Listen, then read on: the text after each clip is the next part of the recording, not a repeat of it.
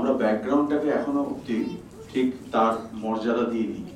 আমরা জিজ্ঞেস করি ছবির গান কে করেছে, আমরা বলি না যে ছবির music background score car. We almost do not listen to the background score.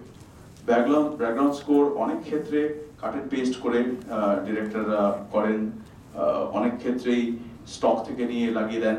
তো আমাদের এখনো মাইন্ডসেটের মধ্যে ব্যাকগ্রাউন্ডটা ঠিক সেই জায়গায় আসেনি। What I'm saying is that the background score is far less important in many a case in our cinema, and it's much more song driven.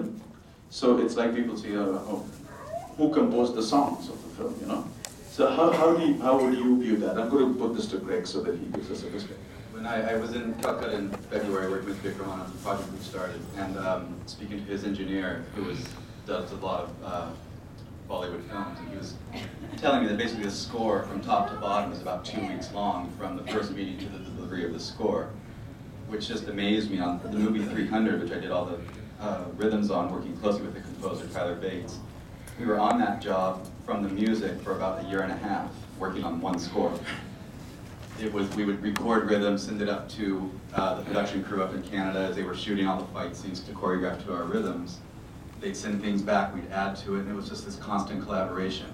I think what you said about the piracy as well, there's so many people involved in making a film, and to be sure that everything is looked out for in terms of the creative aspect to appreciate. All of us are making a living in our own way of this, and I think the piracy is an issue everywhere.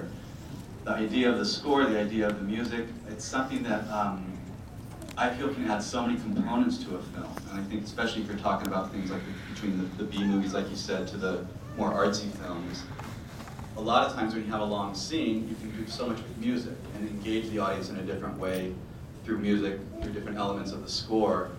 And I think if directors and producers understand that, to really allow the score to develop as the picture does, it's one component then, and I think it can engage people in different ways. So in Hollywood, it's like I said, it's very different. I could be working on 5 or 6 different films at one time over the course of many, many months, and really develop a style within that score that becomes as definitive as the film itself. Especially in a film like 300, I think the Matrix films were the same way like that.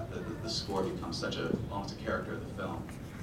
And I think with especially the musical heritage of India, and certainly Bengal, it's a shame that we don't go deeper into that lineage and really bring these elements into the emotional side that is so there, instead of going so kind of stock and very cut and paste with the music in the films as well.